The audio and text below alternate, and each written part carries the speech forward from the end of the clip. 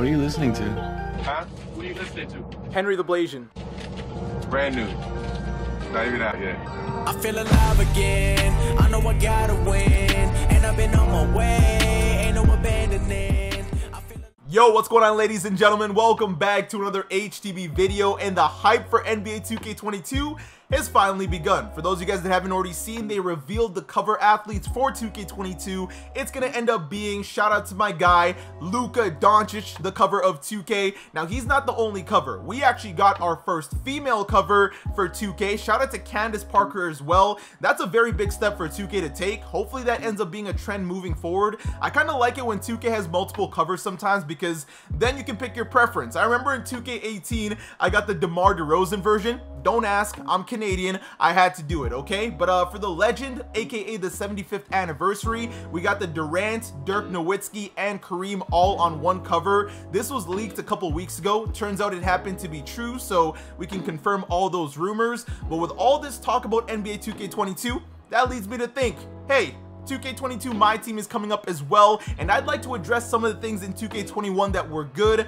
or bad, and talk about things I want to see in 2K22 Myteam. Now, before we do jump into all of that, for those of you guys that have not seen, there is a challenge on 2K21 right now to get packs for 2K22, very similar to the one we got in 2K20. It actually ended up being worth it. All you got to do is a spotlight challenge, so it's a 3v3, likely going to be super quick. You get a Kobe shoe out of it, you get 22 tokens, and you also get 18 cards for 2K22. Now, for 2K21, the reward we ended up getting, I think it was a diamond shoe and a Hall of Fame badge. Correct me if I'm wrong. So if we're getting 18 cards out of a pack, it might end up being worth it. If you got free time, go ahead and do it. It's really not going to hurt. If you don't want to do it, the thing expires on August 27th anyways, so you definitely have a lot of time. So with all the 2K22 hype starting to build up now, I figured this was the perfect opportunity to talk about this. I've been in Myteam for a while. I've been a content creator for about 4 years for Myteam. I've been playing Myteam on 2K since it first came out, so I'm fairly experienced when it comes to the Myteam scenes, which means I've seen the flaws, I've seen the good things. Over the past 2Ks, I've seen all the bad and good things they've experimented with, which is why I've made a little list as to things I'd like to see improved from NBA 2K21 going into NBA 2K22. I've asked questions in the community, I've wrote down some of my own personal things, so let me know in the comments, guys, if I'm missing anything that you'd like to see in 2K22 Myteam. Let me know in the comments. We're not talking about Park, we're not talking about that stuff. I'm not experienced there, but when it comes to Myteam, I low-key know what I'm doing. Alright, so to start things off, we're going to be talking about seasons and the agendas, a new battle pass type feature added into Myteam this year. And in my opinion, they're a pretty big dub. I'd be pretty surprised if we didn't see this in 2K22, but for the most part, this was great. I think it kind of kept the game relevant. It kept people playing the game, especially for people that kind of like the offline grind at times. You actually felt rewarded for grinding offline. I think this year of any single Myteam, if you were a no money spent or offline type grinder, you were the most rewarded. And every single time, I would say for the better part of the whole year, grinding to level 40 was worth it. I mean, to start off the season, we got that pink diamond Steph Curry, who was relevant for a big part of the whole year. That card was absolutely amazing. We also got the Dwayne Wade, very solid card, especially on current gen, a demon. We got the Blake Griffin, wasn't too bad. We got Kawhi Leonard as well. We got Vince Carter, we got Luka Doncic. I think I'm missing a couple people, but from what I remember from seasons, every level 40 card was basically worth it, except for Vince Carter and the upcoming Julius Erving. I had a good time with them all, but my one problem with the seasons was that they felt a little bit repetitive. Now, what I mean by that is, aside from the level 40 reward, things going up to the level 40 didn't really change much. Like from level 36 to level 39, you knew you were getting the Ascension board, you knew you were getting a diamond contract, 25 tokens, and a Hall of Fame badge every single time. Now, to start the season, that is a dub, because in September, not many cards have Hall of Fame badges. But here's the thing, guys, we're now in season 8. Every single card in the game basically has every Hall of Fame badge that you need, except for the Hall of Fame blinders on next gen, which they're not really giving cards. That is basically the only reason people are grinding for these Hall of Fame badges, because if blinders was not an issue on next gen, I would not care about that level 39 reward. Now, they did end up changing changing it on unlimited, where if you got to the pink diamond tier, you now get 2 Hall of Fame badges instead. I kind of wish 2K would do that with this, or at least make these easier to get. If 2K did something like moving this Hall of Fame badge to level 31 instead of 15 tokens, that would be cool. And then at level 39, you can add either yet another Hall of Fame badge, or replace that with like a 20 box of the most recent packs, or the most fire packs, or some kind of super pack box. I think a lot of people would want to grind for that. Now I know 2K, you obviously want to make your money in the pack market, but at the same time, if you reward people that love to grind the game, I think that would drive the game in a better direction. Same thing with the level 38 25 tokens. 25 tokens and tokens in general this year really haven't been too worth it. So if you up that to at least 50, maybe even 75 tokens for hitting level 38, I think that would be worth it, especially this late in the year. And then for level 37, for example, you could combo a diamond contract and a Hall of Fame badge. I'm not saying that's how it has to go, but I just feel like they should upgrade these rewards as the year goes on. I think that would make people even more engaged with the season than they already are. And then when it comes to the Ascension board, 2K, you guys got to make this card a bit easier to get, or you got to make him worth it. Because here's the thing, the Ascension player this whole year has never been worth picking up. The Dark Matter Horace Grant, I will say, is the first card from this season that was actually worth getting. But aside from Horace Grant, man, the Ascension reward was terrible. And I get that it's an RNG player, so it's cool that it's not like you have to get this card, but it would be nice if the card that you got felt exclusive and somewhat usable in the unlimited streets. Now I am looking forward to that Invincible Dennis Rodman in season 9, but I feel like there should be more options or some way of getting that Ascension card if you end up missing on it. Whether you have to pay for it in the token market, doing challenges in the agendas, there's got to be some way to acquire that card if you end up missing out on all the opportunities. Because for people that are big collectors in the game, they usually want to try to get every card in the game in some way, shape, or form. And when the RNG aspect kind of takes over in this case, people definitely leave room to complain, and RNG has definitely been a problem in my team this year. But I think aside from all that, seasons really have been a big dub. I think you should just kind of upgrade these rewards as the year goes on. And one more thing that I think should be added off the bat at the start of the year, they played around with that with Invincible Blade Griffin this year, and that should be a beyond level 40. I think if people grind for XP beyond level 40, they should be rewarded in some way, shape, or form. You can see on the top right that I got 271,000 XP. I got all of that by accident because XP was way too easy this season, but I think if 2K rewarded people where it's like if you went 25 to 50,000 XP over, you get another diamond contract or Hall of Fame badge or some kind of box of packs, really just anything that felt rewarded to keep people wanting to go. Because again, there's a lot of grinders in this community, and if there's some way to reward them for keeping on going and making them play the game more, which is good for 2K and the player, I think that would be super beneficial. Now jumping into season agendas, I think for the most part, I think 2K did their best with trying to balance this out, but there was definitely some issues. The XP this season, obviously that was stupidly easy. Being able to get all 150k XP, I think that's a big dub. I kind of hope that's a thing to start off the season on my team in 2K22, but who knows what 2K is going to do with that. I'm not too mad about that off the bat. The one thing I think a lot of people complained about in the community, especially earlier in the year, was that you felt like you had to open packs for a lot of the XP. I wish they added just as much XP for non-cards as they did for cards. What I mean by that is Rozier for 33 pointers. I wish they'd add a separate challenge that gives just as much XP for doing something that doesn't require you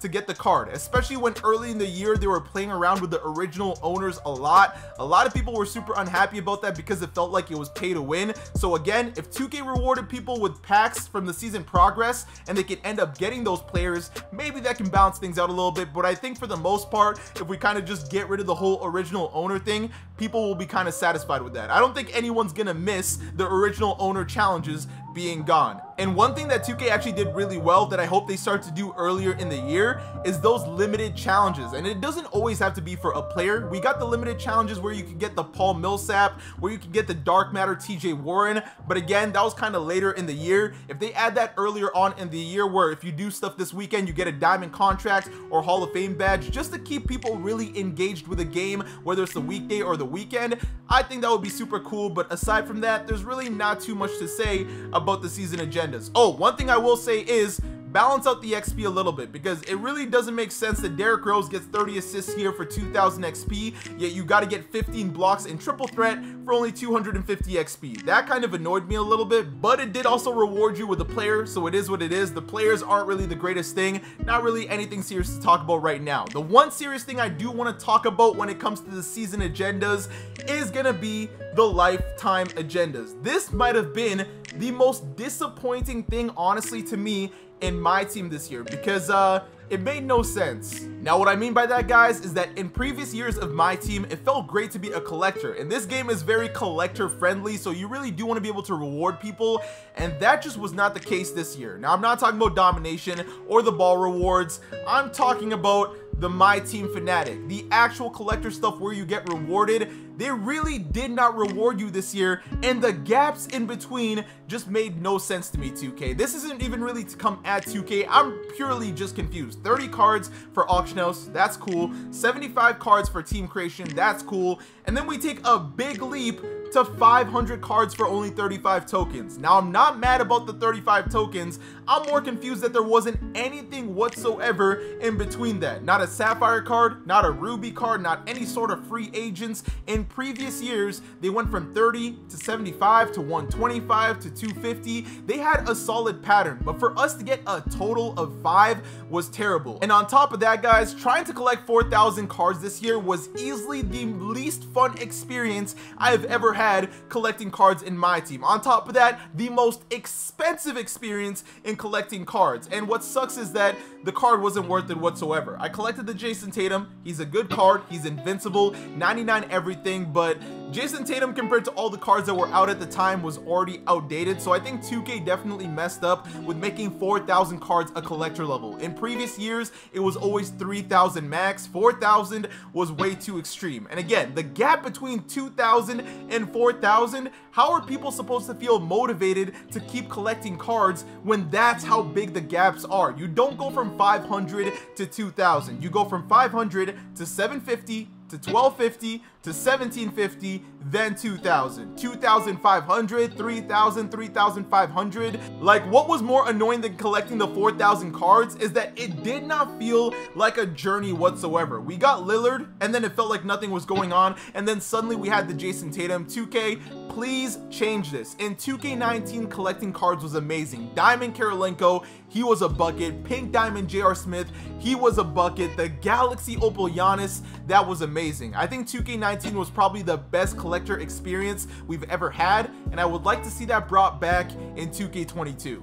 Alright, so when it comes to the dynamic goals here, we've had these for a couple of years, and to this day, guys, they still stay pretty useless. 2K, I understand what you're trying to do with getting people engaged in using a card and stuff, but this isn't exactly the right approach. 12 fast break points in a game with Darius Miles for 250 MT, that's not enough to cover a contract at this point in the year. I think you should honestly just make the challenges super tough and make them super rewarding. If you put me in the same challenge with Darius Miles and you tell me to go get 50 points and 10 assists and you reward me with like 5,000 MT or a diamond shoe or something, that will get people more engaged. The idea is definitely there, the execution not so much. I think dynamic goals still have potential, but as of right now, to this day, they're pretty useless. Alright, so now we can get into talking about all the different game modes and what we can improve on them, starting with triple threat offline. Now, when it comes to triple threat offline, I'm not gonna lie, not too much I actually have to say, because the mode this year for the majority was a very big dub. They had a lot of events going on with the vault.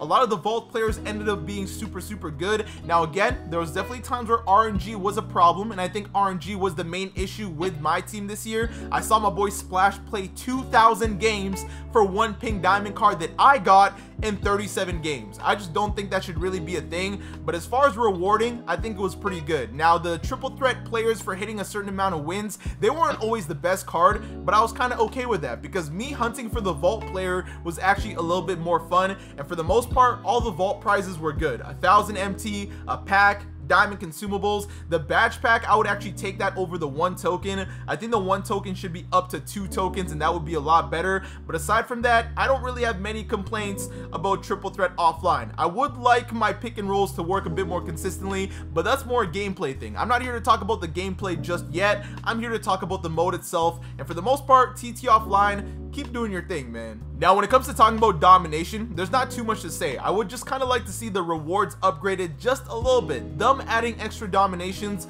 I think that was a big dub. Pink Diamond George Mikan actually wasn't bad. The card was a bucket for a good bit, but the historic and current rewards have been bad every single year. We need someone a bit more relevant than Amethyst Nick Van Exel or Rolando Blackman. Or if you're gonna make them the rewards, make them usable cards, because they really weren't that great defensively, didn't have cool jumpers, didn't have a reason to be put on the lineup over cards that were already out day one. So that was a little bit disappointing. The Myteam was cool, but again, I would like to see more relevant rewards and ones that can last a bit longer than 2 weeks. In 2K17, we had cards that could last at least 2 months. The Diamond Tony Parker reward actually was used almost the whole year by people, so seeing cards that can at least last a season's worth, that would be nice, 2K. But other than that, not too much to say. When it comes to the challenges, I think they did the challenges pretty cool. We got spotlights, we got things that were super challenging for very good rewards, so not much to say there. The only thing that I'd probably like to see is more challenging challenges that aren't spotlights. So for weekly challenges, if we got something insane here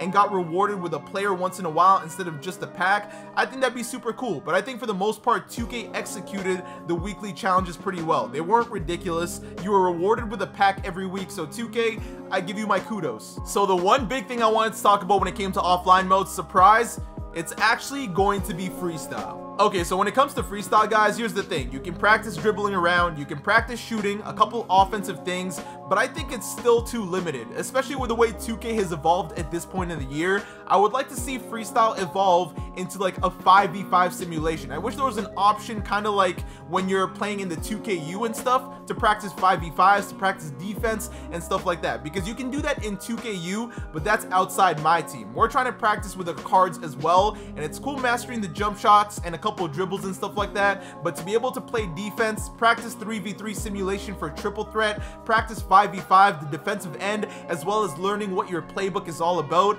I think that would be super cool for the game. That's all I really want to say for that. It would be a great addition, and I personally would appreciate that a ton.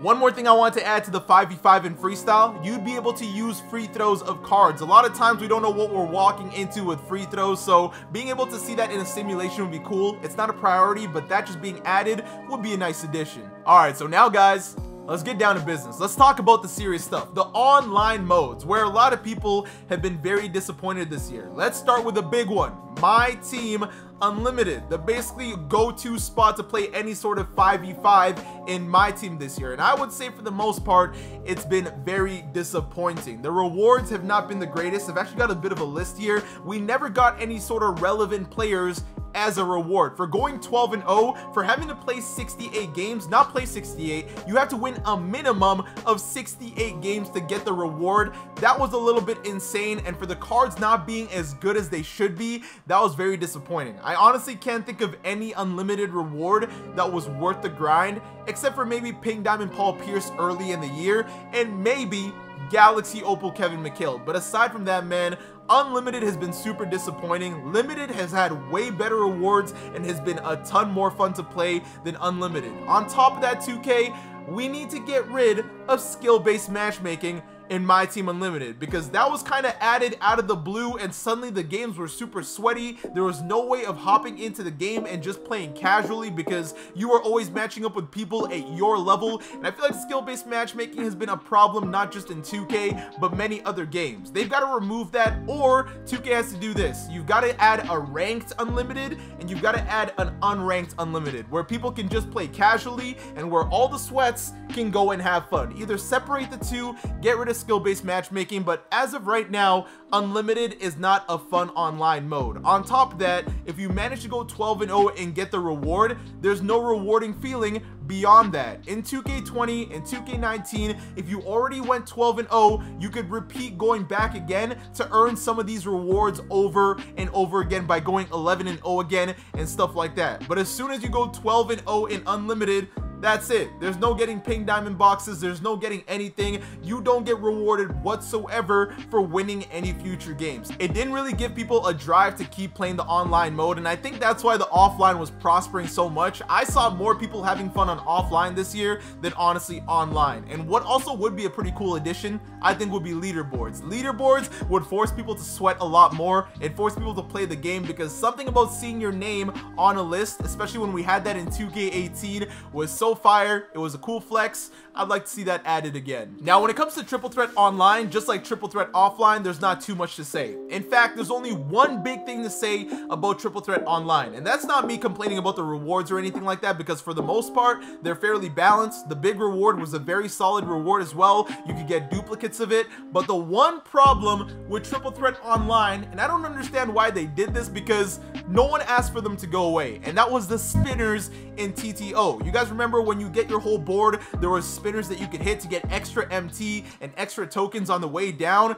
I don't understand why 2K decided to get rid of them. They were a big dub. Everybody loved them. The only reason people were complaining about them earlier in the year is because there was spinners with no reward on them, and it was literally impossible to get to the bottom reward. So I would like to see the spinners return in TT Online, because that made the grind a bit more smooth. That way, if you ended up getting like a 400 token reward, it was okay, because if you could hit some spinners on the way down, you could still get rewarded in the end. So that's really all I'm gonna say about TT Online. Other than that, there's not too much to say about Triple Threat Online. And then when it comes to Myteam Limited, this is gonna sound a little bit weird, but Myteam Limited is too limited. Does that make sense? No? Let me explain. So limited was a new mode added into the game this year, which is why I'm not going to attack it too much, because it's fairly new. It's got a lot of room for improvement, and I think it will a lot next year. But my main problems with limited is that it felt too limited in the sense where it was only held to a weekend. I think if they had like weekday events, daily events with the limited mode, that would be such a dub, because a lot of people actually like this a lot. The whole player restrictions and stuff like that, it made things interesting. My biggest problem with limited though is the fact that you only had the one weekend to get the ring. I would like to see the day extended to Monday. The main reason I say that, 2K, is because not everyone has their weekends available. Some people do have to work. Some people don't always have time to secure the rings, and securing the ring, it's not like it's going to be a one game thing. Sometimes it can be, but the RNG with the ring sometimes can frustrate people. I think if there's the weekend where somebody misses out on a ring, there's got to be some way to make up for it, whether it's doing crazy hard agendas throughout the week or something like that. But it's not really that fair for someone to miss out on a limited ring. I understand that it's limited and that you're trying to get that message across, but some people really do have like serious full-time jobs where they don't have access to just playing the game every single weekend. Me as a creator find it difficult sometimes to try to secure a ring every single weekend, and this is my full-time job. So if 2K could take it a little bit easier with the rings in ways where you can compensate yourself for missing out on a weekend by grinding out more throughout the whole week, I think that can make up for it. And again, if you added some sort of cool events inside limited and stuff like that, which they have been at times, but I mean like weekday events and stuff like that, and not just limiting it to the weekend, I think that would be super cool. But limited, it definitely has a big vision. I'm looking forward to seeing what happens to it in 2K22. Now, when it comes to play with friends, I mean, it's pretty self-explanatory. We can now change our difficulties and stuff, but things I would like to see added is a TTO version of play with friends. A TTO version where you're playing with 6 people and one person chooses one Myteam card from their collection. A 3v3 Myteam, that can end up being super cool. And the same thing with a team up in the sense of a 5v5. Someone chooses one card from their collection and they go into a game. That'd be super neat. It's not really something I'm expecting to happen in 2K22. It's more something I'm hoping for. Whether it happens or not doesn't really affect my energy towards the mode itself, but I think it will be a pretty cool feature. Alright, so moving on to the next slot, that's going to be the pack market. I know a lot of people are going to say lower the VC prices, increase pack odds, the same generic stuff, but something I would actually like to see changed is transparency, 2K, because when you look at the out of position pack odds here, the 66 plus, 70 plus, I would like to see a gap between 92 plus and then 95 plus and actually a 99, because just saying 92 plus at 27% at this point in the year is something amethyst or higher. That's not transparent enough for people that want to see the odds for dark matters, galaxy opals, pink diamonds. And as somebody that opens packs in this community very heavily, I would like to see my odds be a little bit more specific. But other than than that, not too much to say about that. When it comes to the rewards, oh my goodness, 2K. Now, usually I like to be optimistic, but in this case, token rewards, I can't think of one token reward card that was really that good before Pink Diamond. Like, all the day one diamonds and Pink Diamonds that came out, none of the cards were good. And I remember the token market in 2K19, man. When you got Galaxy Opal Wilts, it felt rewarding. When you got the Pink Diamond Grand Hill, it felt rewarding. There was a bunch of cards where it felt like it was really worth grinding the tokens. But this year, aside from spending money on tokens for, you know, completing things to move up a tier all the way until Dark Matter, it really hasn't felt like it was worth it. And even when you jump into the Dark Matter, none of these have really felt like they were worth it. Now, I will say, this Dark Matter Pete Maravich actually was a solid card. When it came to the Galaxy Opals, I can't think of one card that I was glad where I was like, finally, I got 750 tokens to get this card. That's the kind of feeling I feel like we need in the community for some of these cards, 2K. It's definitely okay to add bummish cards because those are just collector cards at the end, but having cards that are somewhat, you know, good and make people want to say, okay, I gotta grind tokens, I gotta play more triple threat online, play more triple threat offline, things that'll make people want to play your game more to get rewards that feel more rewarding would be good for my team, and it would be good for the community. So I think if we added better rewards, that'd be cool. The token market being engaged, I think, was pretty cool. I think they were a little bit late on this. I think they should have had events like this earlier in the year. And one thing that they should be adding in this token market here is cards that people missed out on. So for example, somebody did not buy 2K21 until like January and they missed out on the unlimited rewards. You should have an event where people can pay like 600 tokens or something to get that card if they missed out on it and it's already been months. Like the Pink Diamond Terry Dishinger that Splash played 2,000 games for. At this point in the year, it's not really going to be a relevant card, but if you added it as an option for people that are collectors to pay like 30 tokens for it, that would end up being a dub. So something like that would be super cool. I hope they add something like that in the future. The token market has so much potential, it just needs to be executed. One big thing I actually would like to see integrated with tokens is the ability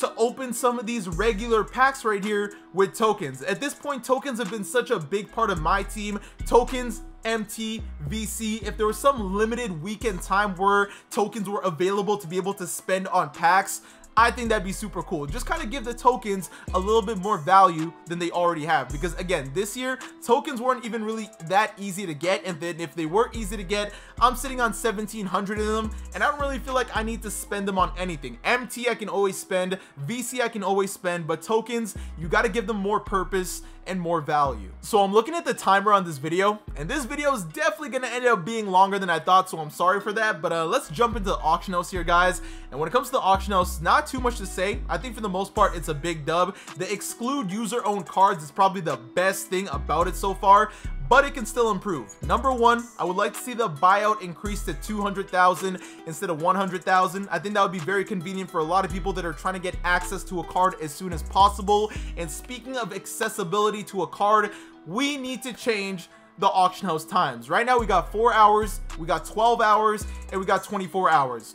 I think 2K needs to add is a 2-hour option and an 8-hour option. I was gonna say 16 as well, but that's a bit of a reach. I think 12 is just fine, but a 2-hour option would be big time for creators and people that play the game. As a creator, when I don't always pull a card that I want, having to wait 4 hours to be able to make a video kind of sucks. And for people that want to be able to try cards out right away, having to wait 4 hours as well is a very long time. I think 2 hours would be a perfect time to be added. You can ignore the 8 hours if you want, but at the very minimum, I think we need a 2-hour timer in the auction house. That would bring a lot of balance, and for people that want to be able to use cards right away, that would be amazing. So increase the buyout to 200,000 MT and give us a 2-hour auction house timer, and I'll stop complaining about the auction house. Obviously there's a little bit of server errors once in a while where cards don't pop up, but that's not really my field of work, so I'm just gonna ignore that. So the next thing I want to talk about is the exchange, another new thing that was added to my team this year, which is why I'm not going to be too critical of it, because I think the ceiling for it is still pretty high. But at the beginning of the year, it looked promising. You could lock in for a Pink Diamond Bob koozie,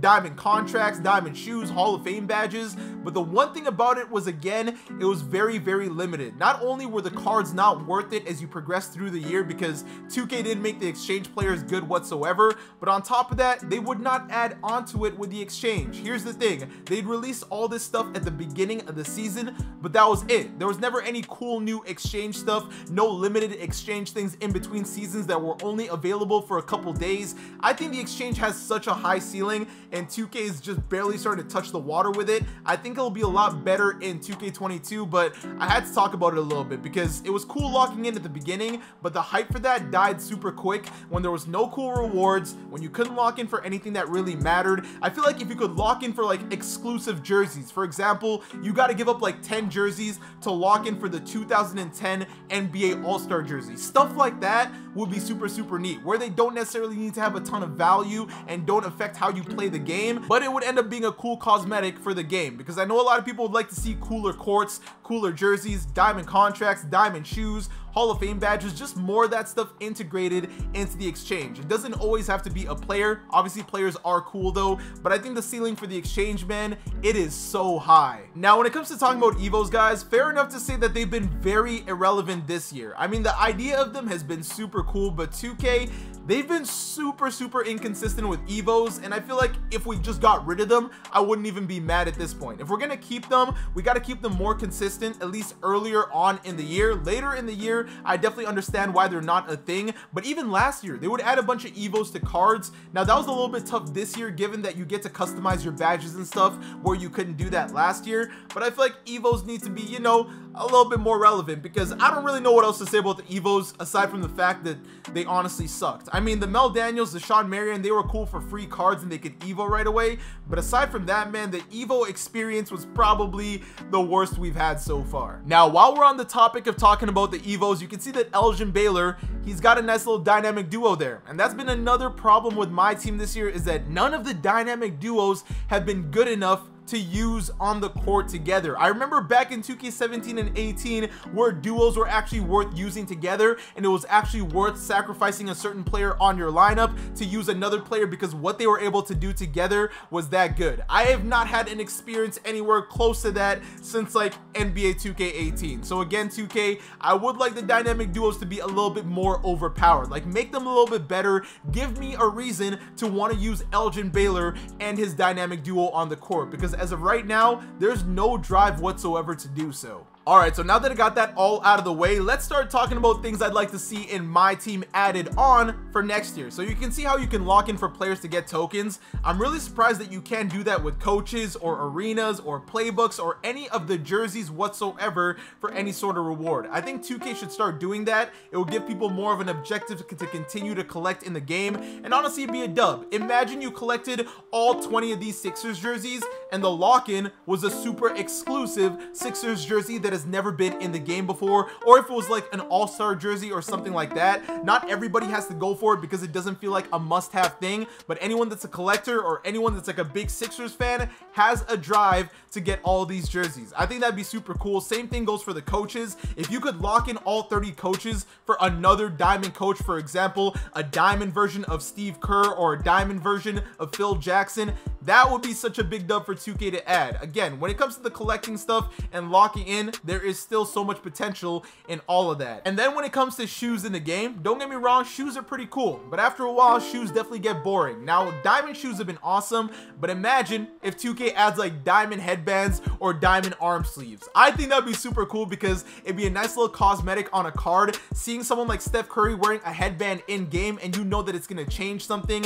Seeing like Dwight Howard with an extra arm sleeve or something like that. I just think that it'd be super cool that if you load into a game of Unlimited, you're not just looking at someone's shoes, but the fact that they might have a headband or something like that, I think that'd be a great addition. Not something that I think would be a must-have, but I think cosmetically that would be super cool. And another thing that I think a lot of people in the community want removed is contracts. Now, I don't think they're going to be removing contracts, but if we're not going to remove contracts, I think we should remove injury cards. One of the two things needs to be gone in 2K22 because injury cards are just an absolute waste of opening packs. I never have any player injured. I've had 2 players injured this whole My Team cycle, and I'm just sitting on so many injury cards for no reason. And then when it comes to contracts, contracts just cost a lot of MT. It costs a lot of money, and it adds up a ton when you're playing a lot of Unlimited to constantly put MT into your player for contracts because you don't have any. So So I think if we got rid of contracts or injury cards or both, I would not complain whatsoever. Now, one major thing I think needs to be added into Myteam this year to keep the game more relevant than it has been throughout the whole year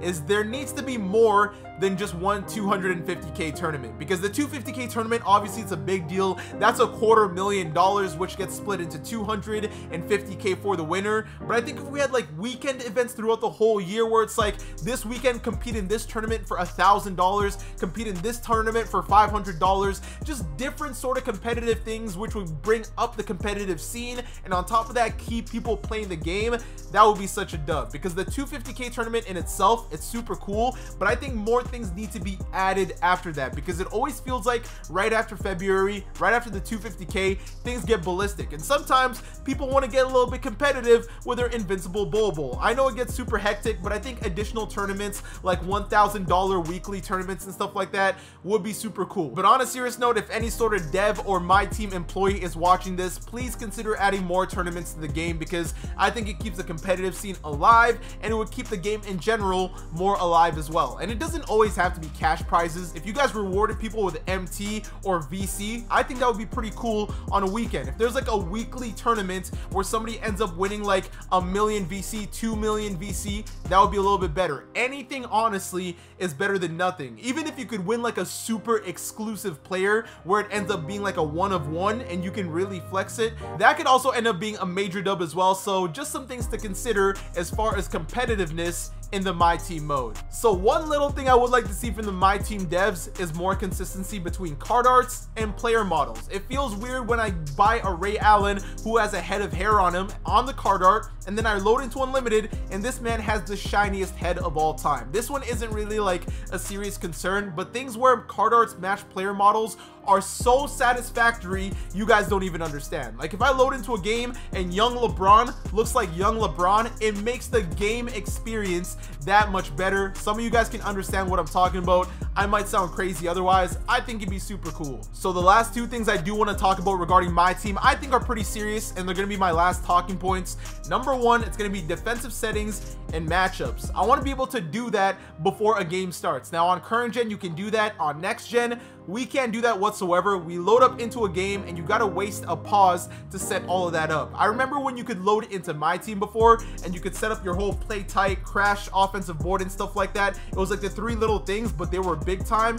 I would like to see that added back on before I load into a game as well. And it'd be cool if there was like a scouting report on a Myteam player where you could see the tendencies as to how much they shoot, how much they drive to the basket and stuff like that. That'd be pretty cool as well. And then one thing I also want to see added is being able to set up my playbook before I go into a game. Adjusting my playbook every single time I load into a game of Unlimited gets pretty frustrating after a while. So if we got the ability to set coach settings right here, I think there should be another ability to set up the coach playbook and stuff like that right beside it, and that would end up being a big addition to the game. And then last but not least, the biggest problem with Myteam this year has been the gameplay. Now I can't really control much about the gameplay, so I am going to talk about the serious things regarding the gameplay in Myteam. And number one, it's going to be the zone defense. Every time for the last 5 or 6 years that somebody plays a zone defense on you in Myteam, when you pass it to your small forward, aka the square button, for some reason there's going to be random times